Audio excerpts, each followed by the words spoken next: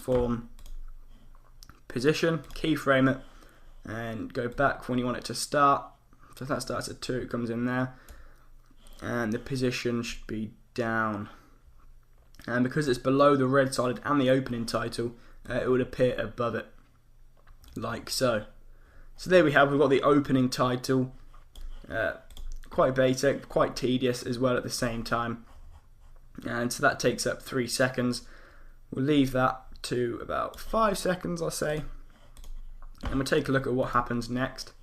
So we've got the opening title, a red solid flies up and then gets overridden by the kind of cream solid.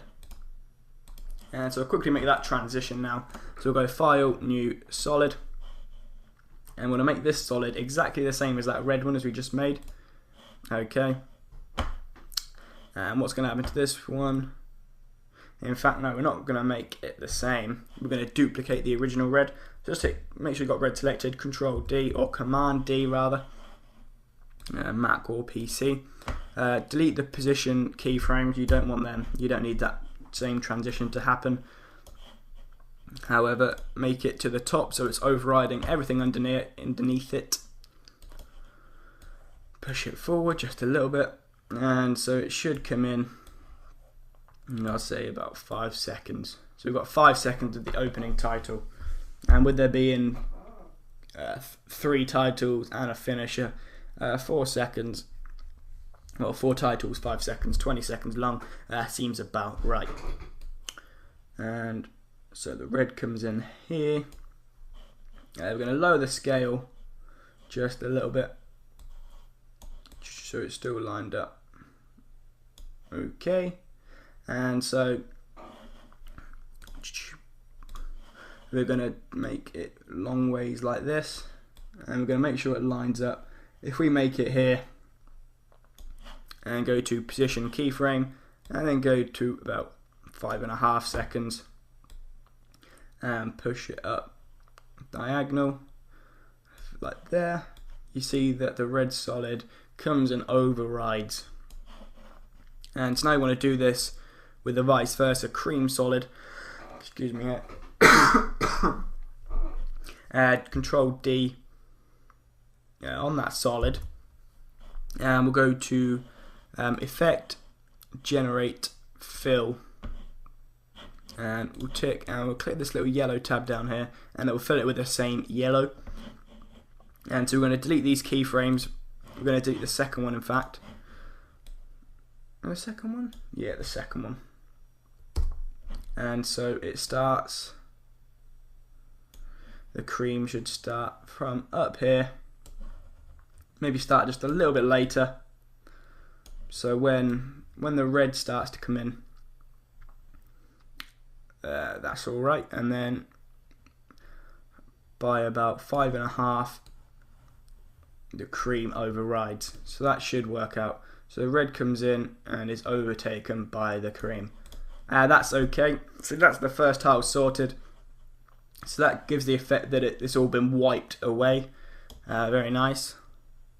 I'll change the colour of this to yellow, just so you can kind of get an idea that the yellow box, very good idea. So when you're looking what's what, it's a strong indication so you don't get confused. And so once you've got them overriding, we've got second tile coming in. So first things first, make a new solid. In fact, no, we'll make text first. We'll do the text, and this should start I'd say about 6 seconds. So the text is going to be second. I'm going to change, now I'm going to leave that like now. For now, delete this empty text layer on the second, zoom in just a touch, make this quite a lot bigger, like so. So it should come in and look something like that. Then if we make another new solid, what colour is this? We'll take a look. So it's again another red solid.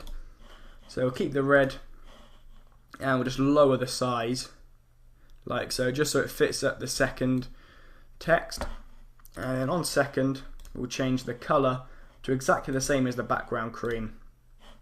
Okay, and then make it above that red solid, so it shows up just above.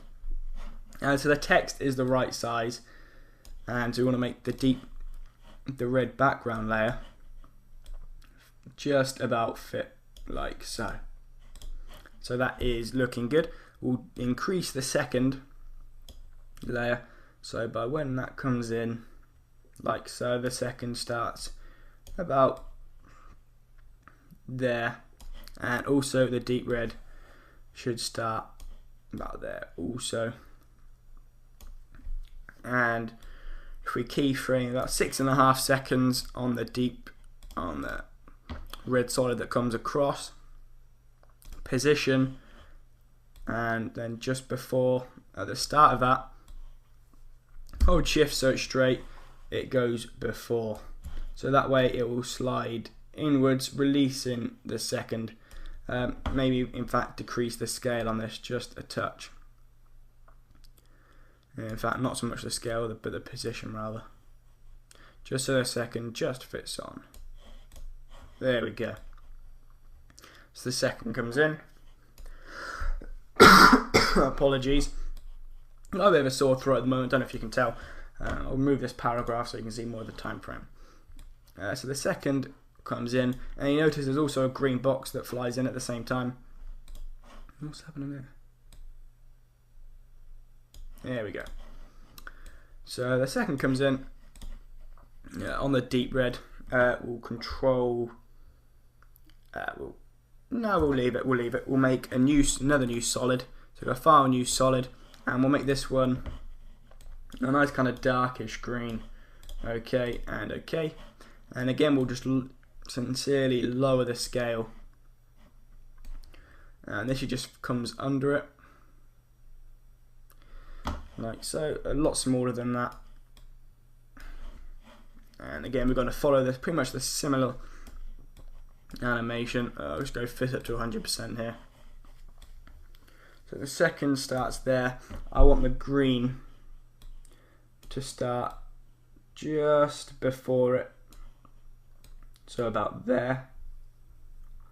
In fact, now it's going to have to be, I'll make it so it starts just after. Okay, so we'll see how it finishes, and that's where I want the green to end up, so just go on the transform and leave it like that. And so I want the position to be keyframed, so it flies in for about 6 3/4 seconds.